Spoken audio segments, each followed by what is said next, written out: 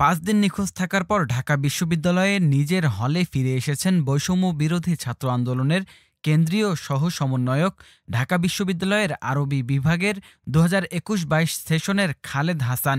মঙ্গলবার রাতে সামাজিক যোগাযোগ মাধ্যম ফেসবুকে দেয়া এক পোস্টে বিষয়টি নিশ্চিত করেছেন বৈষম্য বিরোধী ছাত্র আন্দোলনের অন্যতম সমন্বয়ক রিফাত রশিদ। তিনি জানান, খালেদ হাসান রাত 11:30টায় শহীদ সার্জেন্ট জহুরুল হক হলে প্রবেশ করেন। হলের শিক্ষার্থীরা তাকে তার কক্ষে নিয়ে যান। এ সময় তিনি সুস্থ আছেন বলে জানিয়েছেন তার সহপাঠীরা। তবে গত কয়েকদিন তিনি কোথায় বা কার সাথে ছিলেন তা এখনও জানা যায়নি। গত শুক্রবার থেকে তাকে খুঁজে পাওয়া যাচ্ছে না বলে অভিযোগ করেন তার সহপাঠীরা। পরিবারের সঙ্গেও তার কোনো যোগাযোগ ছিল না। শনিবার বিকেল থেকে তার কোনো সন্ধান পাওয়া যাচ্ছিল না বলে জানিয়েছিলেন বৈষম্য বিরোধী ছাত্র আন্দোলনের সমন্বয়ক নুসরাত তাবাসসুম।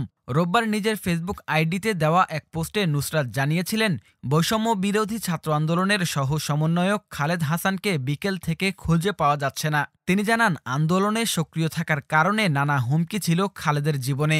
নুসরাত তার পোস্টে সবাইকে নিজ নিজ অবস্থান থেকে খালেদের খোঁজ চালানোর জন্য অনুরোধ জানিয়েছিলেন এবং কোনো তথ্য জানলে তা জানাতে অনুরোধ জানিয়েছিলেন। এদিকে বগুড়ায় বৈষম্য বিরোধী ছাত্র আন্দোলনের সমন্বয়ক আহসান হাবিব সাইমের বাড়ির দেয়ালে মৃত্যুর জন্য প্রস্তুতি নাও লিখে হুমকি দিয়েছে দুষ্কৃতকারীরা। মঙ্গলবার সকালে ঘুম থেকে উঠেই বাড়ির দেয়ালে এমন লেখা দেখতে পেয়ে আতঙ্কিত হয়ে পড়েছেন সায়েম ও তার পরিবারের সদস্যরা। সমন্বয়ক আহসান হাবিবের বাড়ি বগুড়া সদর উপজেলার নওদাপাড়া এলাকায়। হাবিব ওই এলাকার আব্দুল গফুরের ছেলে। তিনি বৈষম্য বিরোধী ছাত্র আন্দোলনের বগুড়া জেলা কমিটির সহ সমন্বয়ক হিসেবে দায়িত্ব পালন করছেন। তিনি বলেন, সোমবার রাতে কোনো এক সময় আমার ঘরের দেয়ালে মৃত্যুর জন্য প্রস্তুতি নাও এমন লেখাটি দেখতে পেয়ে আমার ভাবি আমাকে জানায়। আমি আমার শোয়ার ঘরের দেয়ালে লেখাটি দেখতে পাই। বিষয়টি নিয়ে আমি ও আমার পরিবারের লোকজন আতঙ্কে দিন কাটাচ্ছি। পরিবারের সকলের পরামর্শ নিয়ে জিডি করার প্রস্তুতি নিচ্ছি। তিনি বলেন, বর্তমান ছাত্র সমাজকে ধ্বংস করার জন্য বিগত ফ্যাসিস্ট সরকারের দোসররা পায়তারা চালাচ্ছে। আমি নিজেও একজন ছাত্র। আজ এটি আমার বাসায় আমার রুমের পাশেই লিখেছে। আজ আমাকে হুমকি দিয়েছে, কাল আমার অন্য ভাইকেও হুমকি দিতে পারে।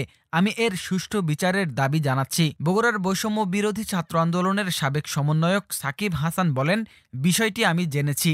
ঘটনাটি দুঃখজনক।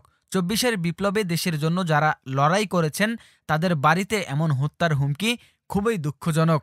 সায়েমকে আইনগত পদক্ষেপ গ্রহণ করতে আমি পরামর্শ দিয়েছি। বগুড়া সদর থানার ওসি এস.এম.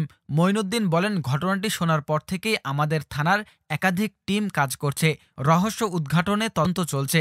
যারা জড়িত তাদের খুঁজে বের করে আইনগত ব্যবস্থা গ্রহণ করা হবে।